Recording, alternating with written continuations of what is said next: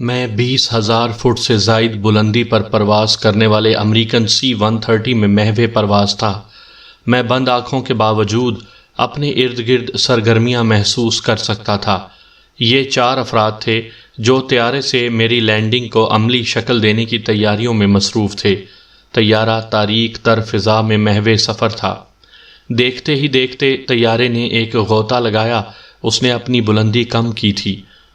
پرواز کے متوازن ہوتے ہی کریو میں شامل ایک لڑکی کی مترنم آواز میری سماعت سے ٹکرائی۔ مسٹر علی، کیا تم ڈراپ ہونے کے لیے تیار ہو؟ میں نے آنکھیں کھولی۔ مخصوص وردیوں میں ملبوس 3 مرد اور ایک لڑکی میرے سامنے کھڑے تھے۔ ان کے عقب میں ایک چھوٹے کمرے کے سائز کا سفید رنگ کا گولا سا نظر آ رہا تھا۔ ہاں، میں تیار ہوں۔ میں نے اپنی مختصر سی نشست چھوڑ دی۔ دیو ہیکل ٹرانسپورٹ طیارے کے عقبی حصے میں ہم پانچوں اور اس سفید گولے کے سوا کچھ بھی نہیں تھا۔ لڑکی کی مدد سے میں نے حفاظتی لباس پہنا۔ ایک ہیلمٹ بھی اسی لباس کا حصہ تھا۔ میری طرف سے مطمئن ہونے کے بعد گولے کا چھوٹا سا دروازہ کھول دیا گیا۔ گولے کے اندر 2 مختصر سی نشستیں، برف میں سفر کرنے کے لیے خاص قسم کا اسکوٹر اور دیگر ساز و سامان نظر آ رہا تھا۔ یہ سب میری ضرورت کے لیے تھا۔ لڑکی میرے ساتھ ہی گولے میں داخل ہوئی۔ یہ لوگ اس گولے کو چیمبر کہہ رہے تھے۔ مجھے نشست پر بٹھا کر ایک بیلٹ میں جکڑ دیا گیا۔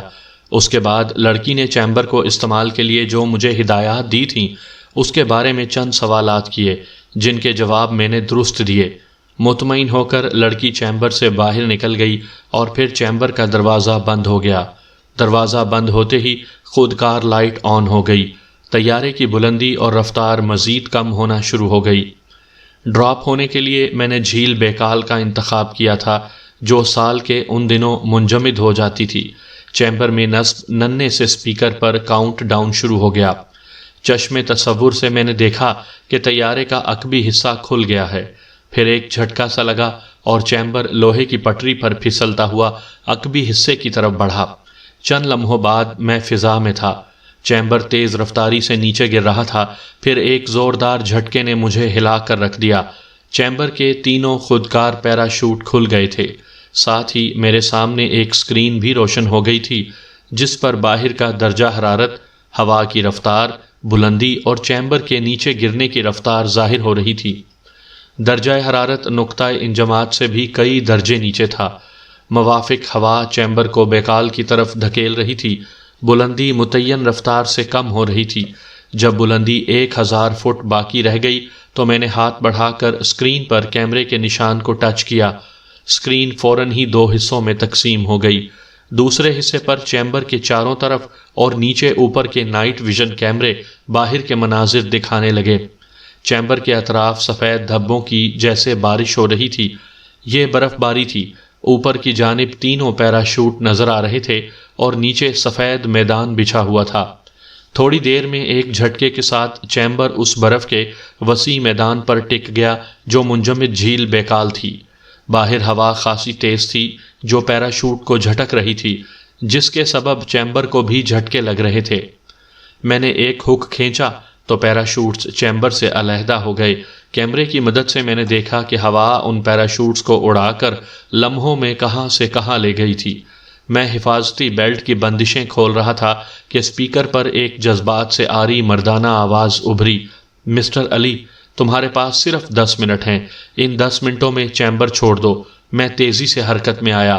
بیلٹ کھول کر میں نے ہیلمٹ اتارا، حفاظتی لباس سے پیچھا چھڑوایا۔ شدید سردی اور ہوا سے محفوظ رہنے کا لباس پہن کر جب میں نے مخصوص چشمہ لگایا تو 8 منٹ گزر چکے تھے۔ میرا ضروری سامان 2 بنڈلوں پر مشتمل تھا۔ میں نے یہ دونوں بنڈل برف پر چلنے والے اسکوٹر کے عقبی کیریئر پر بار کر دیے۔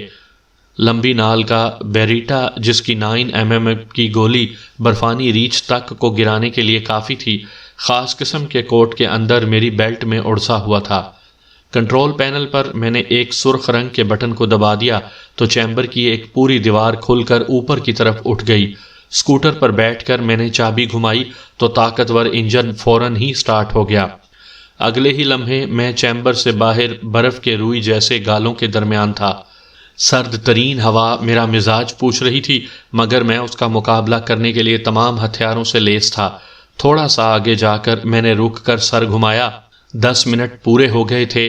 چیمبر خود بخود حیران کن طور پر پگھلنا شروع ہو گیا۔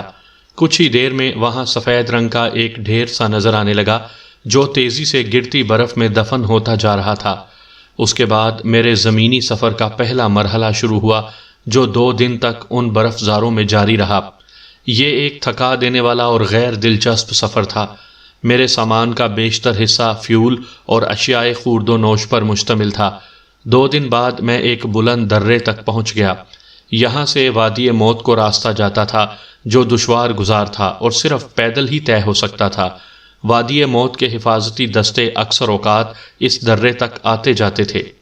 میں نے ارد گرد سے مطمئن ہونے کے بعد اسکوٹر کو ایک گہری کھائی میں دھکیل دیا۔ اسکوٹر میں فیول نہ ہونے کے برابر تھا، اس لیے کسی دھماکے وغیرہ کا ڈر نہیں تھا۔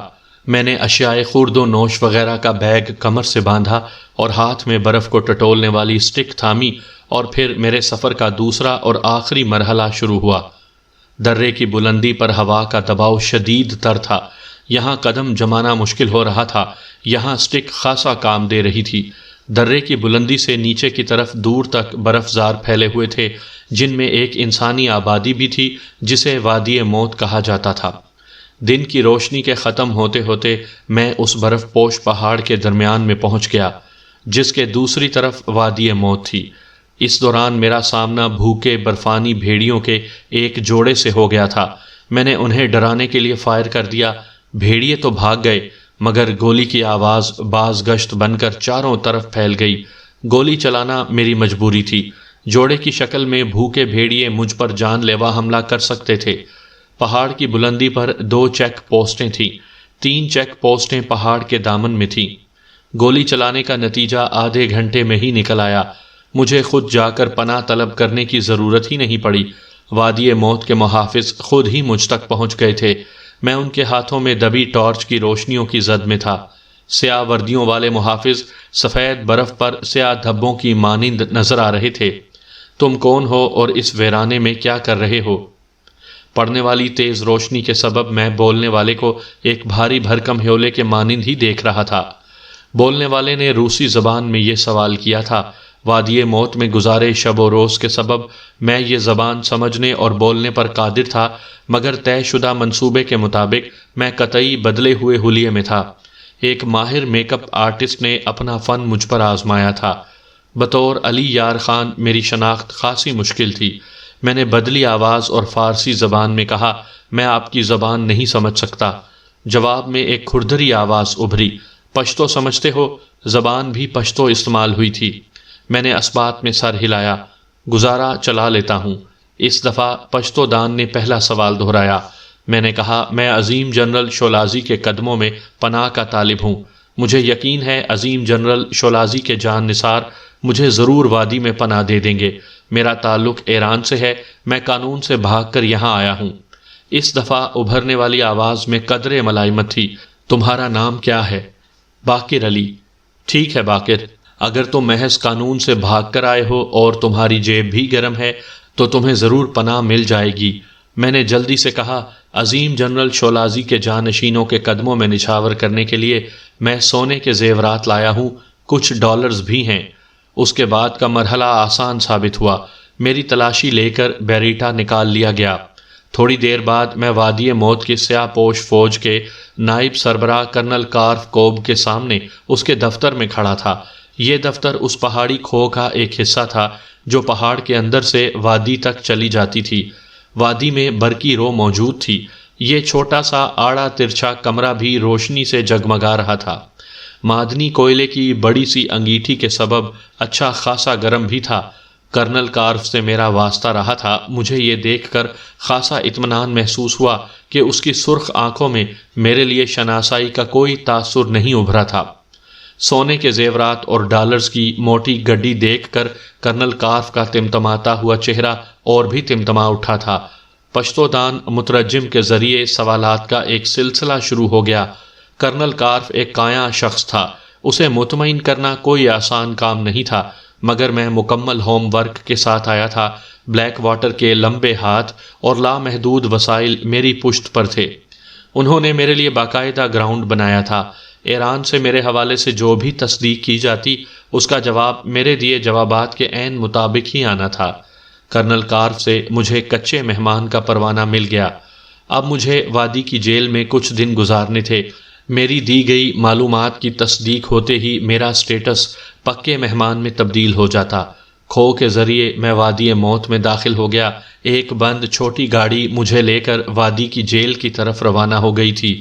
میں نے طویل سانس کھینچا۔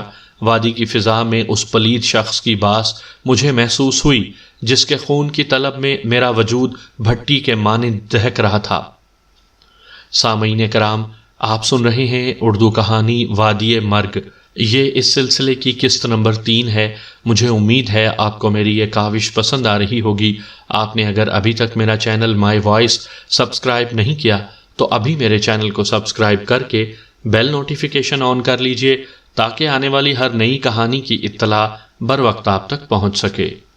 6 دن بعد مجھے جیل سے نکال کر دوبارہ کرنل کارف کے دفتر پہنچا دیا گیا۔ میں خاصا پر اعتماد تھا۔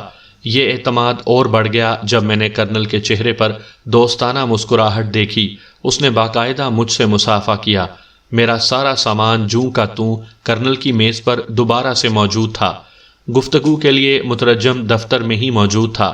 مترجم کے توسط سے کرنل نے کہا، تمہیں مستقل مہمان کا درجہ دیا جاتا ہے، تم جب تک چاہو یہاں رہ سکتے ہو۔ میرے چہرے پر خوشی کے بھرپور تاثرات نمایاں ہو گئے۔ میں نے سر کو خم دے کر کہا، اس نوازش پر میں عظیم جنرل شولازی کی روح اور اس کے جانشینوں کا بے حد مشکور ہوں۔ کرنل کاف کے چہرے پر نرم پھوار سی برسنے لگی۔ میری لفاظی اثر دکھا رہی تھی۔ میں جانتا تھا کہ آن جہانی جنرل شولازی کو وادی میں پوجنے کی حد تک چاہا جاتا ہے۔ اس سے وابستہ تہوار بھی پوری عقیدت اور جوش و خروش سے منائے جاتے ہیں۔ کرنل نے میز پر پڑے ہوئے میرے زیورات کی طرف اشارہ کرتے ہوئے کہا، سونے کے یہ معمولی زیورات تمہاری طرف سے قبول کیے جاتے ہیں، یہ ڈالرز اٹھا لو، تمہیں ان کی ضرورت پڑے گی۔ میں نے شکریہ کے ساتھ ڈالرز کی گڈی اٹھا لی۔ کرنل نے میز کی دراز سے میرا بیریٹا نکالا۔ اس شاندار ہتھیار کے لیے اس کی آنکھوں میں للچائی چمک تھی۔ یہ تم نے کہاں سے لیا؟ سرد ترین علاقوں کے لیے کمال کا ہتھیار ہے۔ ساتھ ہی اس نے بیریٹا میری طرف بڑھا دیا۔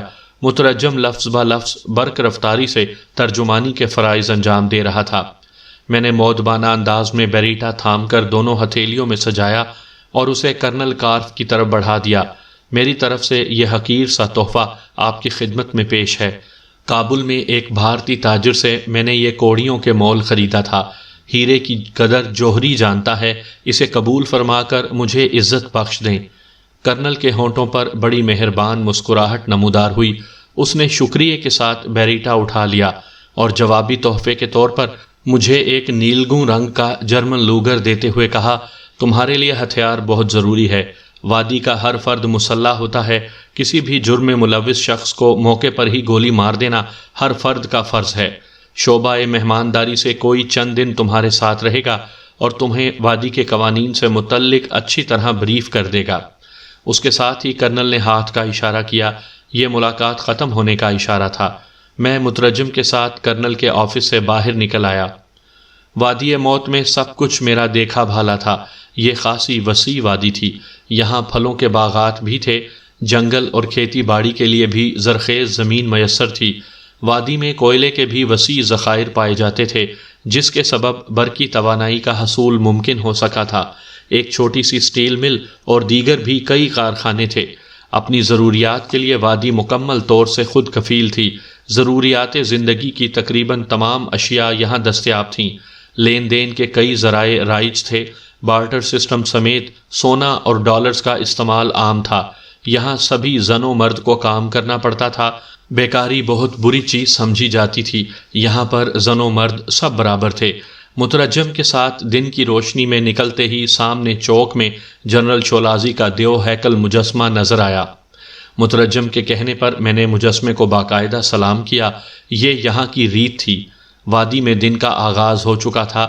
سائیکل اور ایرانی ساختہ 125 سی سی موٹر سائیکل یہاں کی مقبول عام سواری تھی۔ چیدہ لوگوں کے پاس چھوٹی گاڑیاں بھی تھیں۔ یہاں پیٹرول خاصا مہنگا ملتا تھا، اس لیے اکثر لوگ سائیکل کو ہی پسند کرتے تھے۔ پتھریلی سڑک پر سردی سے ٹھٹھرتے افراد کے ساتھ میں اور مترجم مہمان خانے کی عمارت کی طرف جا رہے تھے۔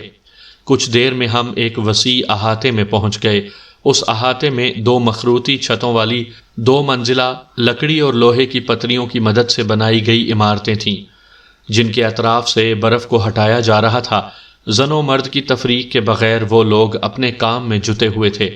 آفس نما ایک چھوٹے سے کمرے میں میرا اندراج ہوا اور مجھے دوسری منزل کا ایک کمرہ الاٹ کر دیا گیا۔ کمرے میں چمنی والی کوئلے کی انگیٹھی اور آرام دہ فرشی بستر تھا۔ میں نے کوئلے جلائے اور آرام سے بستر پر دراز ہو گیا۔ مجھے بھوک لگ رہی تھی۔ میں یہاں کے طریقہ کار سے واقف تھا، مگر اپنے بہروپ کا بھرم رکھنے کی خاطر کمرے میں رہنا ہی مناسب تھا۔ مجھے معلوم تھا تھوڑی دیر میں کوئی نہ کوئی مہمانداری کے محکمے سے میری خبر لینے ضرور آئے گا۔ میرا اندازہ درست ثابت ہوا۔ تھوڑی دیر گزری تھی کہ دروازے پر دستک ہوئی۔ میں نے کہا، دروازہ کھلا ہے، اندر آ جاؤ۔ دھیرے سے دروازہ کھلا اور ایک 25 سال سے اوپر کی سرو قد لڑکی کمرے میں داخل ہوئی۔ سرخ و سفید رنگت اور دل آویز نقوش کے ساتھ اس کے شہد رنگ بال اونی ٹوپی کے اطراف سے باہر نکلے ہوئے تھے اور اچھے لگ رہے تھے۔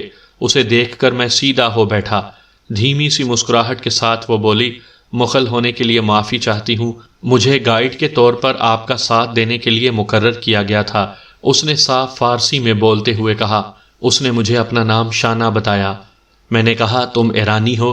شانہ کے چہرے پر ایک رنگ سا آ کر گزر گیا۔ اس نے دھیرے سے اسبات میں سر ہلایا۔ غالباً آپ کا تعلق بھی ایران ہی سے ہے، شاید اسی سبب مجھے منتخب کیا گیا ہے۔ میں نے کہا، مجھے بھوک لگی ہے، یہاں ناشتے وغیرہ کا کوئی انتظام ہے؟ بالکل، آپ آئیں میرے ساتھ۔ شانہ مجھے ایک یک منزلہ عمارت میں لے آئی۔ اس عمارت کی اونچی چمنی سے نکلنے والا دھواں میں نے دور ہی سے دیکھ لیا تھا۔ یہ یہاں کا مشترکہ کچن تھا۔ آپ کو جو بھی کھانا پینا تھا اس کے لیے یہاں آنا پڑتا تھا۔ صبح سے لے کر دن ڈھلے تک یہ سلسلہ چلتا رہتا تھا۔ عمارت کے وسیع و عریض کچن کے سامنے لکڑی کا ایک سرے سے دوسرے سرے تک پھیلا ہوا کاؤنٹر تھا۔ کاؤنٹر کے اس طرف ڈائننگ ہال تھا۔ لکڑی کی کرسیاں اور میزیں ہر طرف پھیلی ہوئی تھیں۔ متعدد میزیں آباد تھیں۔ مردوں کے ساتھ عورتیں بھی نظر آ رہی تھیں۔ یہ سب وہ لوگ تھے جنہوں نے وادی موت میں پناہ لے رکھی تھی۔ مجھے یہاں اخراجات کی مد میں کچھ رقم جمع کروانا پڑی تھی۔ 2 ہاف بوائل انڈے، دودھ ملا دلیا اور چائے ناشتے کے طور پر میرے لیے کافی ثابت ہوئی۔ شانہ نے صرف چائے پر اکتفا کیا تھا۔ ناشتے کے بعد ہم مہمان خانے کی مرکزی عمارت سے باہر نکل آئے۔ مجھے اپنے لیے کچھ سامان خریدنا تھا۔ اس کے لیے شانہ نے میری رہنمائی کی۔ میں نے شانہ کو کریدنے کی کوشش کی کہ وہ یہاں کیسے موجود تھی، تو اس کے ہونٹوں کو چپ لگ گئی۔ وہ گھما پھرا کر گفتگو کا رخ دوسری طرف لے گئی۔ میں سمجھ گیا کہ وہ اس بارے میں بات نہیں کرنا چاہتی۔ اچانک ہی میری تمام تر حسیات آنکھوں میں سمٹ آئیں۔ ایک چائے خانے کے لکڑی کے ستون پر ایک اشتہار چسپاں تھا۔ خون میری رگوں میں اچھلنے لگا۔ اشتہار پر موہن ٹھاکر کی مدھم سی تصویر کے ساتھ ایک لڑکی کی تصویر نمایاں تھی۔ لڑکی کے نقوش سے فوراً ہی مجھے اندازہ ہو گیا کہ یہ وہی تبتی لڑکی تھی جس کے لیے بلیک واٹر والے دیوانے ہو رہے تھے۔ تھوڑا قریب سے دیکھنے پر اشتہار کا سمن نمایاں ہو گیا۔ روسی زبان کے اس اشتہار میں موہن ٹھاکر اور تبتی لڑکی، جس کا نام صرف لی لکھا ہوا تھا، کو ریاست کا مجرم کہا گیا تھا۔ ان کی گرفتاری میں مدد دینے والوں کے لیے انعام کا اعلان تھا۔ انہیں پناہ یا کسی بھی قسم کی اعانت کرنے والے کے لیے دردناک موت کی سزا کی وعید سنائی گئی تھی۔ شانہ نے میری دلچسپی کو محسوس کر لیا اور بولی، یہ وادی کے مجرم ہیں، ان کے بارے میں جان لیں۔ انہیں گرفتار کروانے والے کو انعام و اکرام سے نوازا جائے گا۔ ان کی کسی بھی قسم کی مدد کرنے والے کو عظیم شولازی کے مجسمے کے قدموں میں ڈال کر پیٹ میں گولی مار کر دردناک موت کی سزا دی جائے گی۔ ان لوگوں نے کیا جرم کیا ہے؟ شانہ بولی، ان کے جرائم کی فہرست خاصی طویل ہے۔ دونوں کا تعلق باہر کی دنیا سے ہے۔ لی نامی یہ لڑکی کافی عرصے سے وادی میں تھی اور عزت مآب ولادی میر کے محل میں خادمہ کے طور پر کام کر رہی تھی۔ وہاں اس پر چوری کا الزام لگا۔ اسے جیل میں ڈال کر ابھی تحقیقات چل رہی تھیں کہ یہ جیل سے بھاگ نکلی۔ میں نے دخل اندازی کی، میں نے کچھ دیر جیل میں گزارے ہیں، وہاں سے بھاگ نکلنا کوئی بچوں کا کھیل نہیں ہے۔ آپ بالکل صحیح کہہ رہے ہیں، یہ خاصی خطرناک اور ضرب و حرب کے فن میں طاق لڑکی ہے۔ پھر جیل ہی میں اس کا رابطہ ایک کچے مہمان سے ہو گیا۔ بعد میں پتہ چلا کہ وہ کچا مہمان جو انڈین تھا بے حد خطرناک اور گینگسٹر ٹائپ کا جرائم پیشہ تھا۔ میں نے ایک دفعہ پھر دخل اندازی کی۔ تمہیں ٹوکنے کے لیے معذرت خواہ ہوں، ان دونوں کا جیل میں رابطہ کیسے ہو گیا؟ وہاں تو غالباً زن و مرد کو علیحدہ علیحدہ رکھا جاتا ہے۔ شانہ نے مسکراتے ہوئے اثبات میں سر ہلایا۔ ہم وہیں چائے خانے کے باہر ہی کھڑے ہوئے تھے۔ ٹھنڈی ہوا میں تیزی آ گئی تھی۔ شانہ ایک فر کے اوور کوٹ میں ملبوس تھی، سر کو بھی اس نے اونی ٹوپی سے ڈھکا ہوا تھا، البتہ اس کی ناک سردی کے سبب سرخ ہو رہی تھی۔ شانہ بولی، ہوتا تو یہی ہے، مگر جیل میں کچے مہمان سے عام قیدیوں والا سلوک نہیں ہوتا، انہیں کچھ رعایت حاصل ہوتی ہے، جس کا اس انڈین نے فائدہ اٹھایا۔ ضرورت سے زیادہ رعایت دینے والے 2 جیل کے اہلکاروں کی کھال اتاری جا چکی ہے۔ اس کے علاوہ بھی کچھ لوگوں سے تفتیش چل رہی ہے۔ میں نے کہا، مجھے غیر معینہ مدت تک کے لیے یہاں رہنا ہے۔ میں چاہتا ہوں کہ مجھے یہاں کے رسم و رواج اور قوانین سے مکمل آگاہی ہو تاکہ میں کسی غلطی کا مرتکب نہ ہو سکوں۔ اس لیے مجھے ان دونوں بیرونی افراد کے معاملے میں خاصی دلچسپی محسوس ہو رہی ہے۔ ان کے حالات و واقعات جان کر مجھے بہت کچھ سیکھنے کا موقع ملے گا۔ میرے خیال میں اندر چل کر بیٹھتے ہیں۔ قہوے کے بارے میں تمہارا کیا خیال ہے؟ شانہ نے سر ہلا کر رضامندی دی۔ تھوڑی دیر بعد ہم چائے خانے کے اندر ایک چوبی میز کے گرد بیٹھے تھے۔ چائے خانے کا مالک افغانی تھا۔ ایک نوجوان افغان لڑکی چائے خانے میں آنے والوں کو چائے قہوہ سرو کر رہی تھی۔ چائے خانے میں رش تھا، لوگ بات چیت بھی کر رہے تھے، جس کے سبب چائے خانے میں خاصا شور تھا۔ افغان لڑکی نے چابک دستی سے ہم سے آرڈر لیا۔ میں اور شانہ میز پر کوہنیاں ٹکائے ایک دوسرے کی طرف جھک کر دوبارہ سے سابقہ موضوع کی طرف آ گئے۔ شانہ نے جو تفصیلات بتائیں اس کے مطابق لی اور موہن کا گٹھ جوڑ جیل ہی میں ہوا۔ پھر لی کے بیرونی مددگاروں نے جدید ہتھیاروں اور ہیلی کاپٹروں کی مدد سے لی کو چھڑوانے کے لیے جیل پر حملہ کر دیا۔ وادی کی افواج نے اس حملے کو ناکام بنا دیا، مگر افراتفری کے سبب لی اور موہن جیل سے بھاگ نکلے۔ اس دوران انہوں نے جیل کے چند محافظوں کو قتل بھی کر دیا، جس کے سبب ان کے جرائم سنگین تر ہو گئے تھے۔ اب میں شانہ کو کیا بتاتا کہ حملہ لی کے مددگاروں نے نہیں، اسے اپنی تحویل میں لینے کے لیے بلیک واٹر نے کیا تھا، اور اس لڑکی لی کی خاطر ہی تو میں یہاں پر تھا۔ یہ اور بات ہے کہ اس بہانے میں موہن سے بھی اپنا حساب بے باک کرنا چاہتا تھا۔ پوری بات سننے کے بعد میں سب سے اہم نقطے کی طرف آیا۔ ان اشتہاروں سے کیا حاصل ہوگا؟ جس طرح کے دونوں تھے اور انہیں طاقتور بیرونی مدد بھی حاصل تھی، وہ تو اب تک وادی سے باہر نکلنے میں کامیاب ہو چکے ہوں گے۔ شانہ جیسے میری سادگی پر مسکرا دی۔ اس دوران افغان لڑکی ہمارے لیے بھاپ اڑاتا خوشبودار قہوہ لے آئی۔ شانہ بولی، تم نے شاید سنا ہوگا اس وادی کو وادی موت بھی کہتے ہیں۔ ہاں، اس کی وجہ شاید یہاں تک پہنچنے کا کٹھن ترین راستہ ہے۔ ذرا سا پاؤں غلط پڑا تو بندہ سیدھا کسی کھائی کے اندر۔ یہ بات بھی کافی حد تک درست ہے، مگر اصل حقیقت یہ ہے کہ اس وادی تک پہنچنا جتنا مشکل ہے، یہاں سے بغیر اجازت نکلنا اس سے بھی مشکل ہے۔ اس کی وجہ برف سے ڈھکی عمودی پہاڑیاں اور پہاڑوں کی بلندیوں پر موجود چیک پوسٹیں ہیں۔ اس کے علاوہ ڈرون طیاروں سے بھی نگرانی ہوتی ہے۔ یہاں سے نکلنے کا آسان راستہ وہی ہے جہاں سے آپ آئے ہیں، یعنی پہاڑی کھو، اور وہاں نگرانی کا کڑا انتظام ہے۔ وادی میں چھپنے کی تو بہت سی جگہ ہیں، مگر نکل جانے کی کوئی جگہ نہیں۔ قہوے کا گھونٹ لے کر میں نے دل ہی دل میں اعتراف کیا کہ وہ سچ کہہ رہی تھی۔ میری دیکھا دیکھی شانہ نے بھی قہوے کا گھونٹ لیا اور بولی، ویسے بھی متعدد بار مجرموں کی موجودگی کے شواہد ملے ہیں۔ انٹیلیجنس ونگ کے سربراہ میجر ولنسکی مسلسل ان کے تعاقب میں ہیں۔ جلد یا بدیر مجرم آپ کو عظیم شولازی کے قدموں میں تڑپتے ملیں گے۔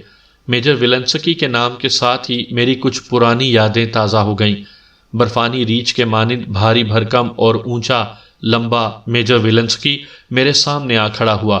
سرخ آنکھوں میں کینہ لیے وہ آج بھی یہ ماننے کو تیار نہیں تھا کہ وادی کے ناقابل شکست لڑاکے کو میں نے دھول چٹا دی تھی۔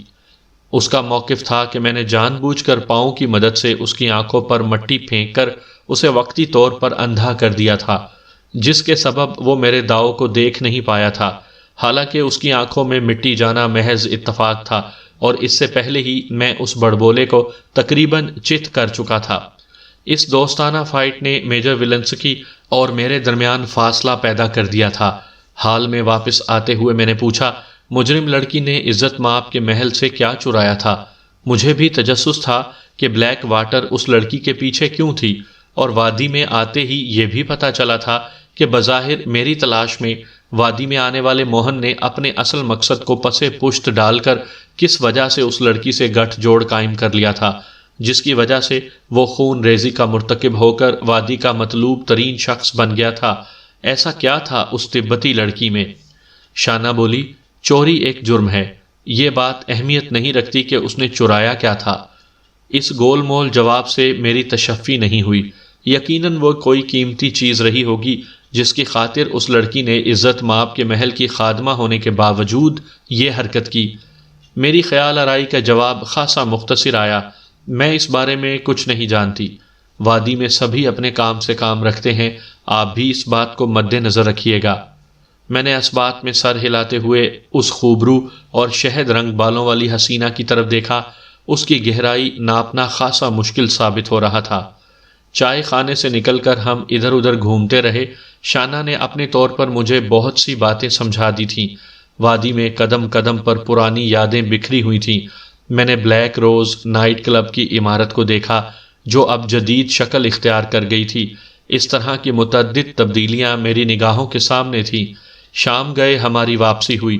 مہمان خانے کی عمارت میں داخل ہوتے ہوئے شانہ بولی، آپ تھوڑا ذہن سازی کر لیں، وادی میں رہنے کے لیے آپ کو کوئی نہ کوئی کام تو لازمی کرنا پڑے گا، اس لیے گھومنے پھرنے کے دوران اس طرف دھیان دیں۔ میں نے کہا، تمہارے خیال میں مجھے کیا کام کرنا چاہیے؟ بہتر فیصلہ تو آپ خود کر سکتے ہیں۔ اس نے مجھ پر ایک ناقدانہ نظر ڈالی۔ آپ بھرپور صحت کے مالک نظر آتے ہیں، کوئی بھی کام آپ بآسانی کر سکتے ہیں۔ ویسے آپ بیرونی دنیا میں کس پیشے سے منسلک تھے؟ کوئی مہارت تو ہوگی آپ کے پاس۔ میں اسے کیا بتاتا کہ مجھے کس چیز میں مہارت حاصل تھی؟ میں نے کہا، میں پروفیشنل جم ٹرینر تھا۔ شانہ کے چہرے پر مایوسی چمکی۔ وادی کے لوگ بھرپور جسمانی مشقت کے عادی ہیں، اس لیے جم وغیرہ کا تو یہاں تصور ہی نہیں ہے، آپ کو کوئی اور کام دیکھنا پڑے گا۔ میں نے کہا، تمہیں پریشان ہونے کی ضرورت نہیں ہے، میں اسٹیل مل میں مزدور کے طور پر کام کر سکتا ہوں۔ اس نے خوش ہو کر چٹکی بجائی، زبردست آئیڈیا ہے، مل میں مزدوروں کی ضرورت تو ہر وقت رہتی ہے۔ پھر اچانک ہی اس کی پیشانی پر سلوٹ بن گئی۔ یہ اسٹیل مل کے بارے میں آپ نے کیسے جان لیا؟ وہ تو خاصی دور ہے اور ہمارے درمیان ڈسکس بھی نہیں ہوئی۔ مجھے غلطی کا احساس ہوا۔ میں نے تاثرات پر قابو رکھتے ہوئے کہا، چائے خانے میں پاس کی میز پر 2 پشتون بیٹھے تھے، وہ اسٹیل مل ہی میں کام کرتے تھے۔ ان کی گفتگو سے مجھے پتا چلا کہ یہاں اسٹیل مل بھی ہے۔ سلوٹ مدھم ضرور ہو گئی تھی مگر ختم نہیں ہوئی تھی۔ شانہ کی ڈیوٹی کے اوقات ختم ہو گئے تھے، وہ مجھ سے رخصت ہو کر واپس چلی گئی۔ کھانا کھا کر میں اپنے کمرے میں آ گیا۔ لمبی اور سرد رات کا مقابلہ کرنے کے لیے میرے پاس ڈرائی فروٹ تھے جو میں نے آج ہی خریدے تھے۔ آج رات میرا ارادہ کرنل سیم سے بات چیت کا تھا، مگر شانہ نے جب سے ڈرون طیاروں کا ذکر کیا تھا میں قدرے محتاط ہو گیا تھا۔ جدید ٹیکنالوجی اس دور دراز وادی میں بھی پہنچ آئی تھی۔ ممکن تھا میں ابھی نگرانی کی زد میں ہوں۔ کمرے میں کوئی بھی خفیہ کیمرہ اور مائک وغیرہ ہو سکتے تھے۔ کسی کام پر لگنے کے بعد میں چاہتا تو مہمان خانہ چھوڑ کر کہیں بھی رہ سکتا تھا، اس لیے ابھی مجھے انتظار اور محتاط رہنے کی ضرورت تھی۔ میرے سامنے فی الحال کوئی واضح لایا عمل نہیں تھا۔ میرا اولین مقصد موہن ٹھاکر تک پہنچنا تھا۔ اس کا خیال آتے ہی سوچنے سمجھنے کی صلاحیت محدود ہو جاتی تھی، آنکھوں کے آگے سرخ چادر سی تن جاتی تھی۔ مجھے یقین تھا کہ ہم دونوں کا سامنا ہوتے ہی کسی نہ کسی کو تو دنیا سے رخصت ہونا پڑے گا، وہ بھی بھائی کے خون کی آگ سینے میں لیے میری تلاش میں تھا۔ میرے سینے میں جلتی آگ مزید فزوں تر ہو گئی تھی۔ موہن نے میرے جگری یار گل نواز کو بھی زندہ جلا کر اس آگ کو مزید بھڑکا دیا تھا۔ حیدر لاہوری کا بھی کوئی پتہ نہیں تھا، وہ واقعی روپوش تھا یا موہن کے عطاب کا شکار ہو گیا تھا، میں نہیں جانتا تھا۔ میرے پسینے کی جگہ خون گرانے والا وہ گبرو جوان مجھے بے طرح سے یاد آنے لگا۔ میں اٹھ کر کمرے میں ٹہلنے لگا۔ ایک دہکی ہوئی آگ تھی جو سر سے لے کر پاؤں تک میرے جسم میں لگی ہوئی تھی۔ موہن اپنی پوری ہولناکی کے ساتھ سامنے آ چکا تھا۔ دوسری طرف بلیک واٹر نازو کی فیملی کے گرد کنڈلی مارے مجھے اپنے مقاصد کے لیے استعمال کر رہی تھی، اور میں کٹ پتلی کے مانند ان کے اشاروں پر ناچنے پر مجبور تھا۔ بلیک واٹر کے ساتھ ہی میری ذہنی رو اس تبتی لڑکی کی طرف پلٹ گئی۔ بلیک واٹر کو اس کی ضرورت کیوں تھی؟ مجھے وہ چوری کھٹکنے لگی جو اس نے محل میں کی تھی۔ دل کہہ رہا تھا اس چوری کا اس سارے معاملے سے ضرور کوئی نہ کوئی ٹانکا ہے۔